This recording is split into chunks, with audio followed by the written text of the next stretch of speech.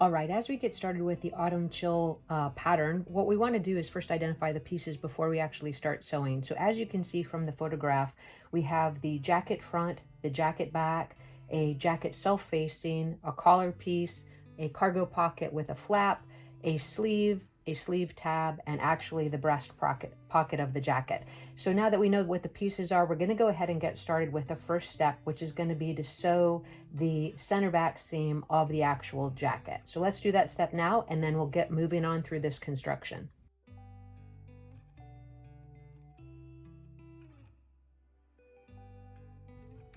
So as we get started, I want to remind you that the stitch length that I use when I'm sewing doll clothes is 2.5, or between a 2 and a 2.5.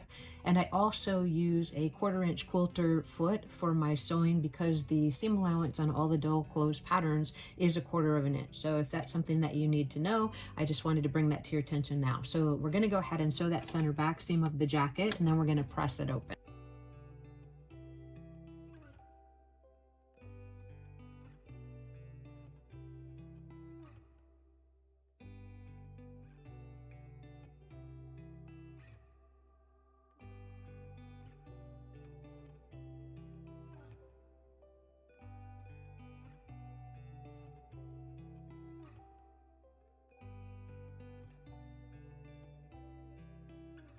With our seam pressed open, we're going to sew the jacket front to the jacket back at the shoulder seams.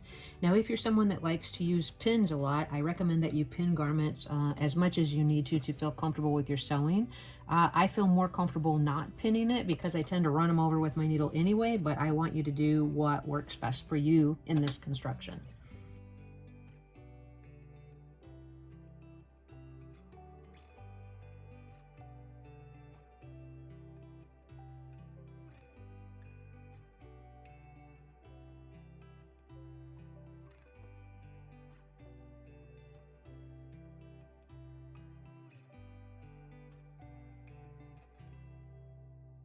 Before we actually press those seams open, we're going to go ahead and prepare the collar. The only thing we need to do here is fold the collar with right sides together and sew both short ends.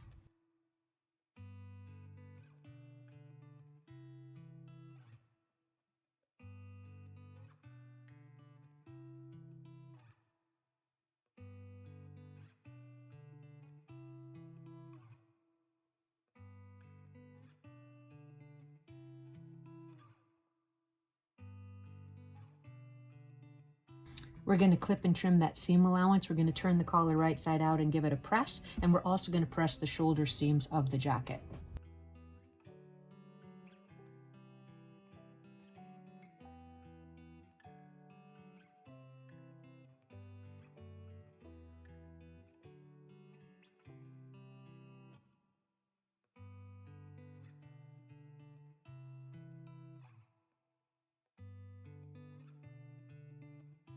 All right, next we're going to find the center of the collar, and we're going to actually sew it, baste it in place to the actual jacket. So when you do that, I think the easiest way really is to fold the collar in half so that it matches at both ends, and then just give a little press mark where the center of the actual collar is, and that makes it easier.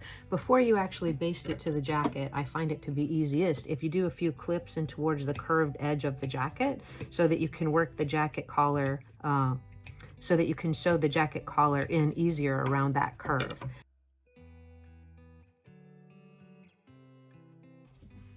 Once you have the collar pinned to the jacket and before you actually baste it, I recommend just taking a quick look to make sure that you have an equal distance of jacket past the finished edge of that collar before basting it in place.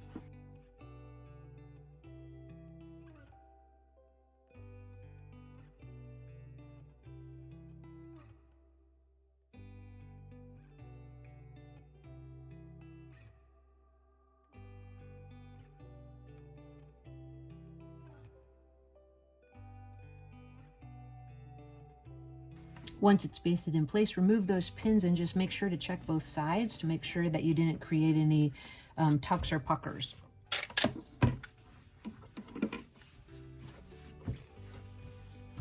Great, so everything looks fine. All right, from that step, we're gonna set this aside just for a second, and we're gonna actually start preparing the self-facing.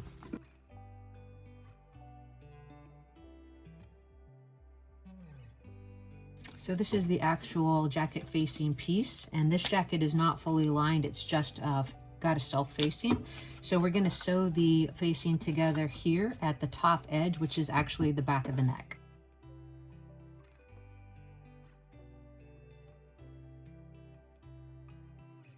We need to press that seam open, and then we're going to do a small zigzag stitch around the outside of the facing, and that's just going to give it a nice finished edge.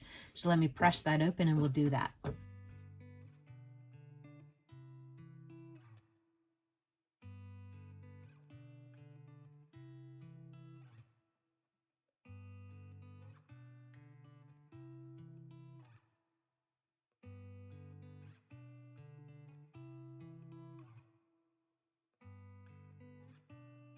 So that just gives it a cleaner edge, and if there's areas where you want to just trim those extra threads, you're going to go ahead and do that now.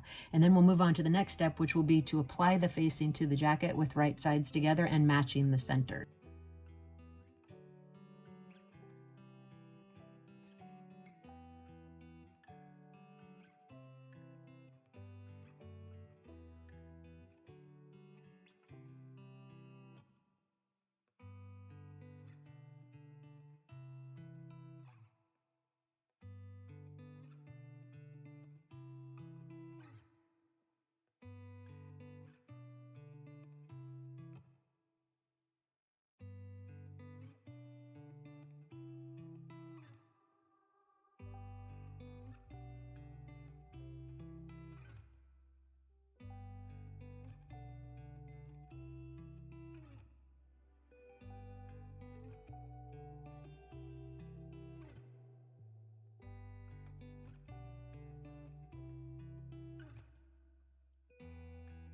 All right, so we're just going to check our seam really quick, make sure everything looks okay at those corner pieces, and check the back side of the garment as well.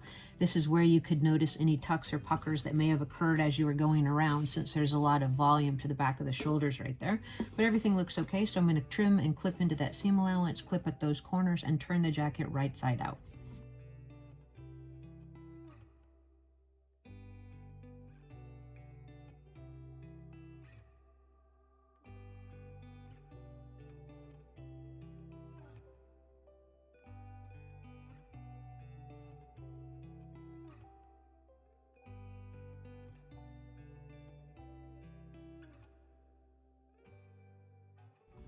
Now that we have the facing of the jacket turned to the inside and we've pressed it, what we're going to do now is sew the front and back sections together at the actual side seams.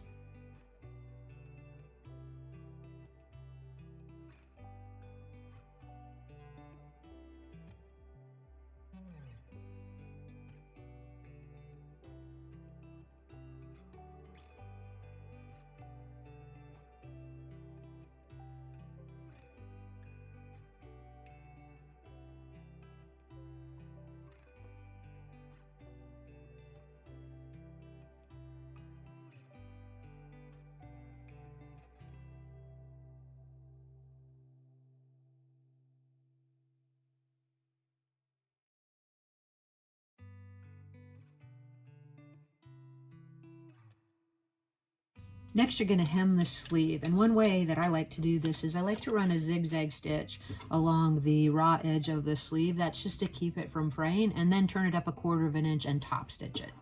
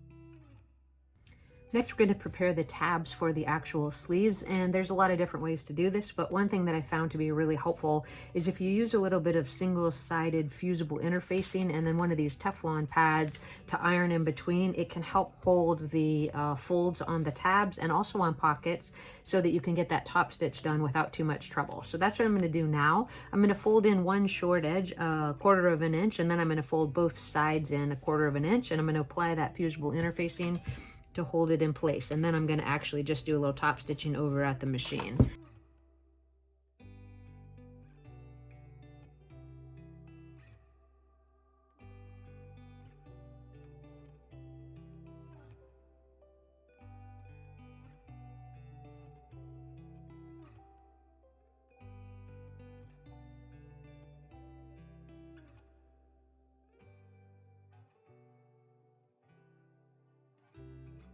So we're just going to run a top stitch around that, and that's going to actually be a portion of our sleeve.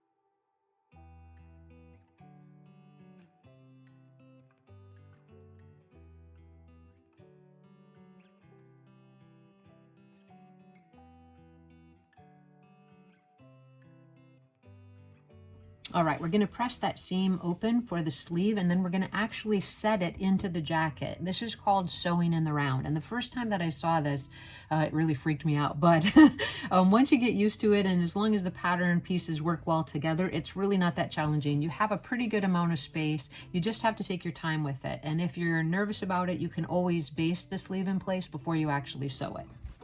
All right, once you have the sleeves turned right side out, what you're gonna notice is that on the pattern piece, you actually have a dot at the very top of that sleeve, and that's actually going to match up with the shoulder seam. And one easy way to find out where that is you're just going to fold that sleeve piece in half, and like I do so often, I'm just going to mark it by putting a little bit of a crease in it with my iron, and that way I know that that's exactly where the shoulder seam is going to line up. What you'll notice when you're looking at the sleeve is you want this seam to go to the back of the actual jacket.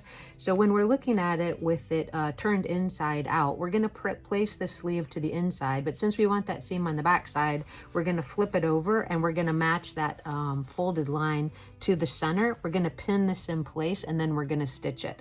What I'd recommend you do before you actually pin it in place is just take a few clips in towards the rounded edge of the actual jacket, and that will just help to ease it. And again, you can baste it first, like I said initially, if you're more comfortable with that. So let's get those pinned in place and we'll get these sleeves sewn in.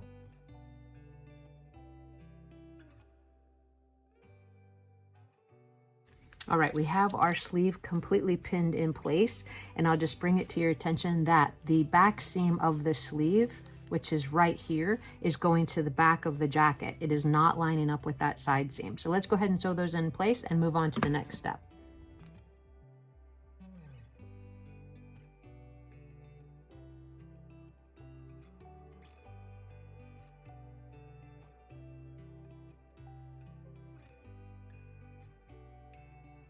Once you have your sleeve sewn in, you just want to check the other side and make sure it looks good and everything turned out well. So, according to this, we have our seam to the back just like we intended, which is great. I just want to make sure we got it good. It looks like I have a pulled seam here at the shoulder, so I'm just going to catch that with a needle and thread to make it go right. And then the tab of the pocket is going to come around and attach to the front of the sleeve right here. So I think so far we're looking pretty good.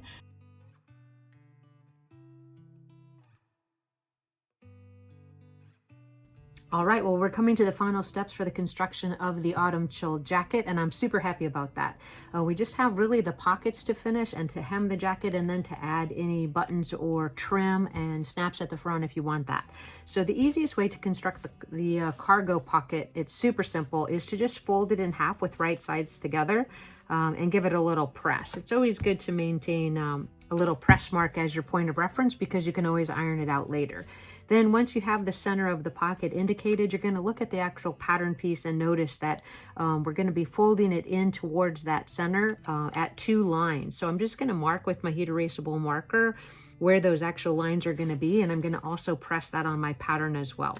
So these presses are actually going in the opposite direction. So one goes in and then these go out. And then we'll get them pressed to the center to actually make that vent for the cargo pocket. So you can see here.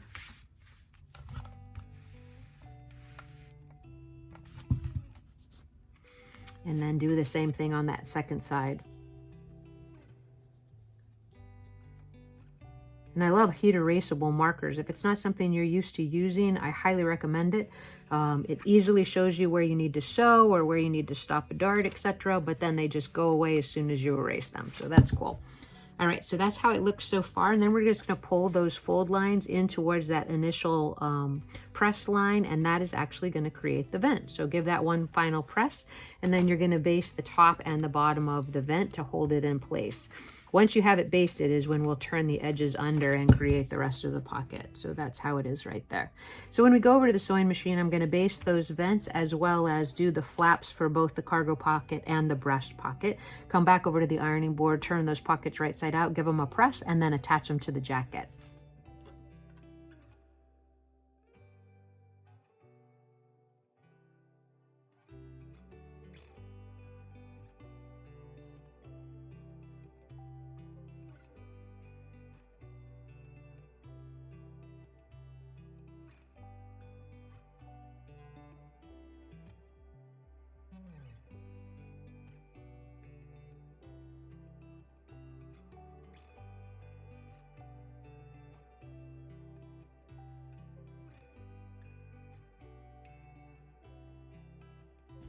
We're going to take all of those pocket pieces over to the ironing board, turn them right side out and give them a press.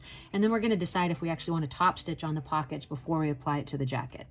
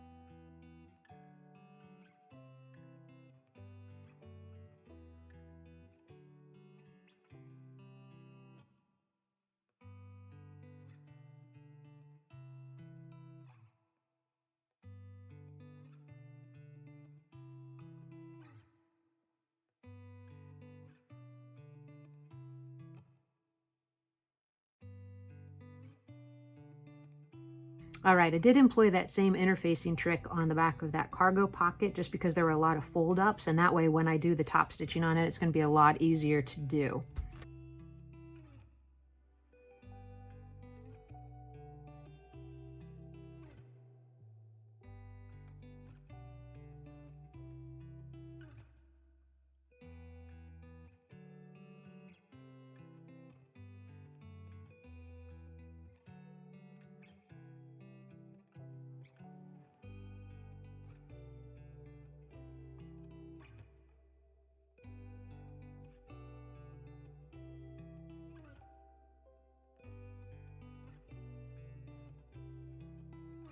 Perfect. Now that you have all the pockets top stitch, what you're going to do now is just pick your What you're going to do now is just grab your jacket, and you can either refer back to the pattern or you can just place the pockets based on where you think they're going to look the best.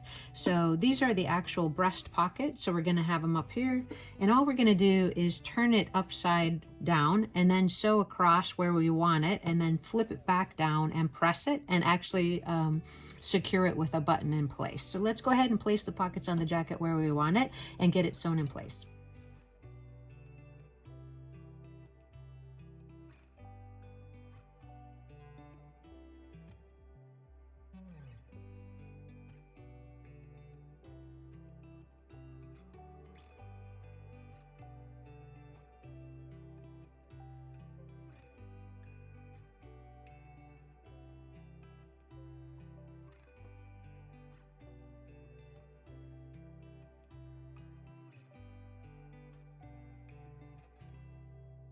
So that will be how the cargo pocket actually closes, and we'll add some buttons to that when we get to that step. So let's go ahead and put the rest of the pockets on, and then we'll get the jacket hemmed.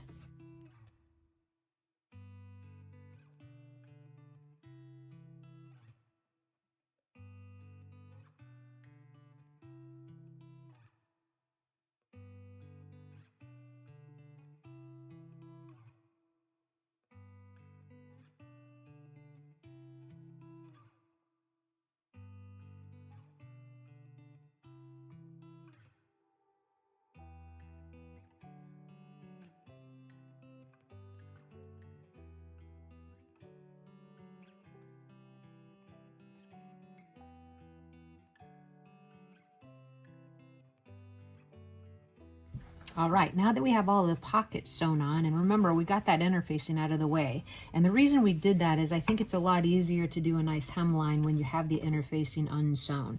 So what I want to do here is I want to just take a minute to move away from the pockets and move towards the hemline of the actual coat.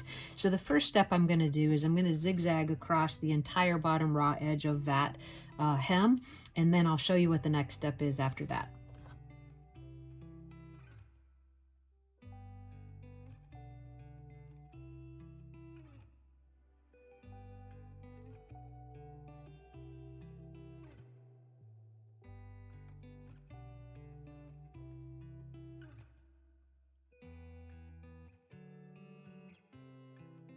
All right, once you have that zigzag along the raw edge of the hem, what I'm going to do is I'm going to turn that self-facing back right to where it would be at that folded edge, and I'm going to do a 1/4 inch stitch there, and that's just going to help to make that corner of the jacket really nice on the finish. So let me go ahead and sew that, and then we're going to get that hem edge turned up. We're going to top stitch the actual hem.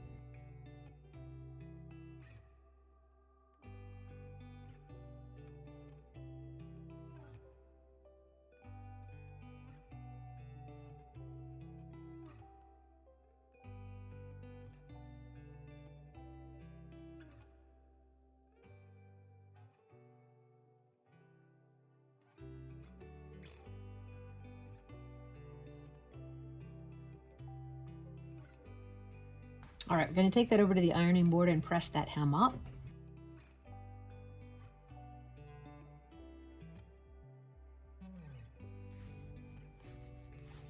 So you can see how nicely that finishes that corner for the jacket. So we're just going to press that rest of the jacket up, and we're going to get a top stitch to finish that hemline.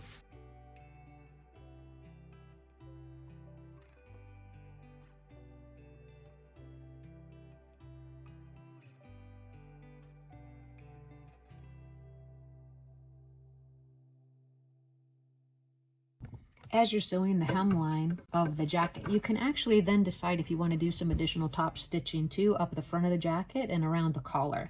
And in this case, I'm going to do that. So I'm going to start that hem at the center back of the jacket and sew all the way around.